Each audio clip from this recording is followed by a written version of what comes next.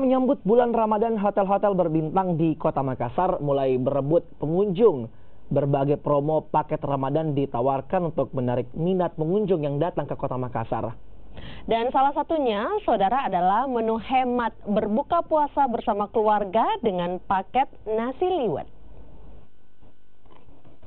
Jika mencari menu berbuka puasa bersama keluarga, paket nasi liwet dari salah satu hotel di Kota Makassar ini bisa menjadi pilihan.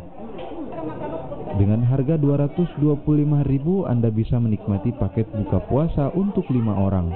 Dengan menu makanan lengkap mulai dari nasi liwet, ayam goreng dengan berbagai pilihan, sayuran, telur ayam, dan berbagai menu lainnya. Tak hanya nasi, Anda juga bisa menikmati takjil khas Kota Makassar seperti es pisang hijau, palu butung, dan berbagai jenis gorengan dengan harga Rp25.000 untuk takjil.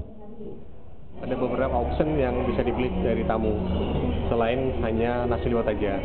Sudah lengkap ya, sudah ayam, nasi, dan semua kondimennya lengkap, termasuk ada sambalnya, ada lalapanya, dan lain sebagainya. Iya, jadi saya kebetulan lagi cari-cari menu untuk buka puasa dan akhirnya sampai di Ibis Style. Ternyata di sini banyak banget paket buffet-buffetnya.